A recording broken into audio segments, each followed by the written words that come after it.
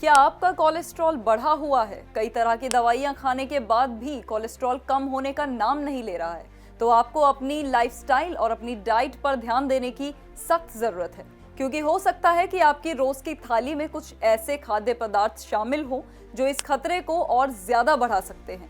अगर ऐसा ही चलता रहा तो ये बढ़ा हुआ कोलेस्ट्रॉल एक दिन बिना किसी चेतावनी के अंदर ही अंदर आपकी धमनियों को ब्लॉक कर सकता है, जिससे आप हार्ट अटैक के शिकार बन सकते हैं।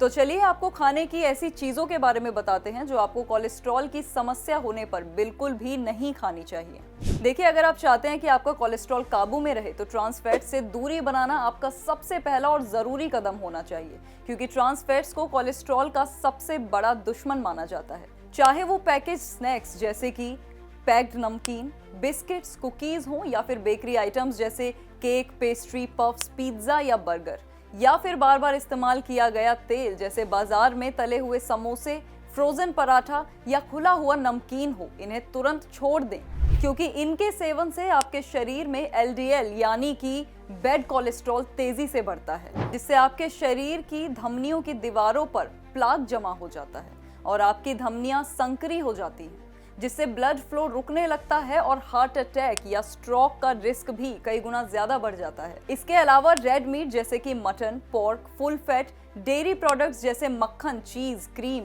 ये सब भी कोलेस्ट्रॉल बढ़ाने के लिए जिम्मेदार होते हैं, क्योंकि इनमें सैचुरेटेड फैट बहुत ज्यादा होता है, जो आपके शरीर के लिए एचडीएल यानी कि अच्छे कोलेस्ट्रॉल को कम करता है, जिससे कोलेस्ट्रॉल मेटाबॉलिज्म बिगड़ता है, जो आपके हार्ट के लिए खतरनाक हो सकता है। मीठे पेय पदार्थ जैसे cold drink, package juice, extra चीनी वाले डेजर्ट्स का सेवन भी आपको सीमित कर देना चाहिए, क्योंकि ज्यादा शुगर आपके शरीर में ट्राइग्लिसराइड को भी बढ़ा देता है, जो आपके हार्ट कोलेस्ट्रॉल से भी ज्यादा खतरनाक हो सकती है। और सबसे जरूरी बात, शराब और स्मोकिंग को आपको ना कहना होगा।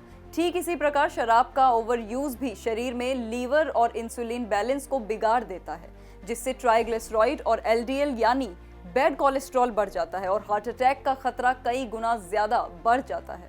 तो अगर आप चाहते हैं कि आपका कोलेस्ट्रॉल संतुलित रहे और आपका दिल लंबे समय तक हेल्दी रहे, तो इस वीडियो में बताई गई चीजों से दूरी बनाए रखने में ही समझदारी है।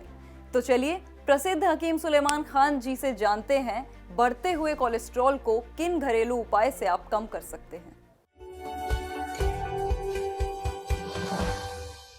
जितने भी लोग इस उम्र को पहुँचे 40 के बाद, उन सबका कोलेस्ट्रॉल बढ़ना लाजमी है, चाहे वो यानी इलाज लेते हैं या नहीं लेते। ये कुदरती तौर पर 35-40 साल के बाद हमारा खून गाढ़ा होने लगता है। ये हमारे जिस्म का सिस्टम है, और कोई ये ना समझे कि मेरा बढ़ेगा और मेरा नहीं। मेरा भी बढ़ता है, मेरा ज़ाती तौर पर भी कोलेस्ट्रॉल बढ़ता है, और उसके लिए मैं जो करता हूँ वो आपको बता देता हूँ। 4-5 लहसुन सुबह नाश्ते के वक्त मेरे सामने छिले हुए आ जाते हैं। मैं एक निवाले में एक, 5 निवालों में 5 चबा के खाता हूँ, फिर सारा खाना खा लेता हूँ। इसी तरह रात को खाना खाता हूँ तब 5 लहसुन छील के आ जाते हैं। तो मेरा कोलेस्ट्रॉल खूब पतला रहता है, जितना ज़रूरत के मुताबिक है। अगर आप भी ये करना चाहते हैं तो बग़ैर दवा के भी आपका कोलेस्ट्रॉल ज़रूरत के मुताबिक आना मुमकिन है।